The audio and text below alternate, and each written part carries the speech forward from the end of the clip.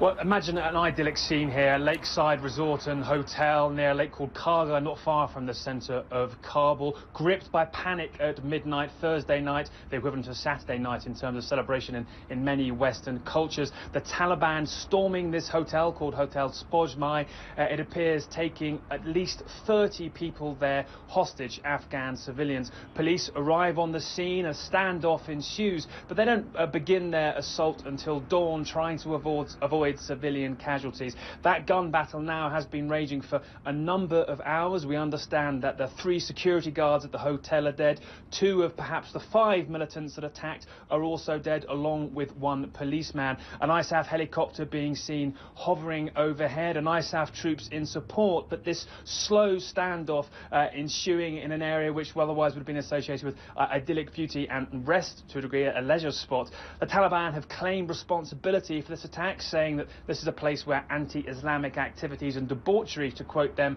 take place, but most importantly saying they were targeting ISAF personnel and Western diplomats. No reports to corroborate that any such people were at that scene, and this seems to be a hostage standoff where 22 hostages have been released by police action so far, and there are concerns there could be about 10 left inside as this gun battle carries on. The latest report suggesting people actually throwing themselves from the hotel grounds into the nearby lake to try and swim to safety, Natalie. Terrible situation there. And what are the upcoming fighting season, Nick? What can they expect as far as overall violence in the country?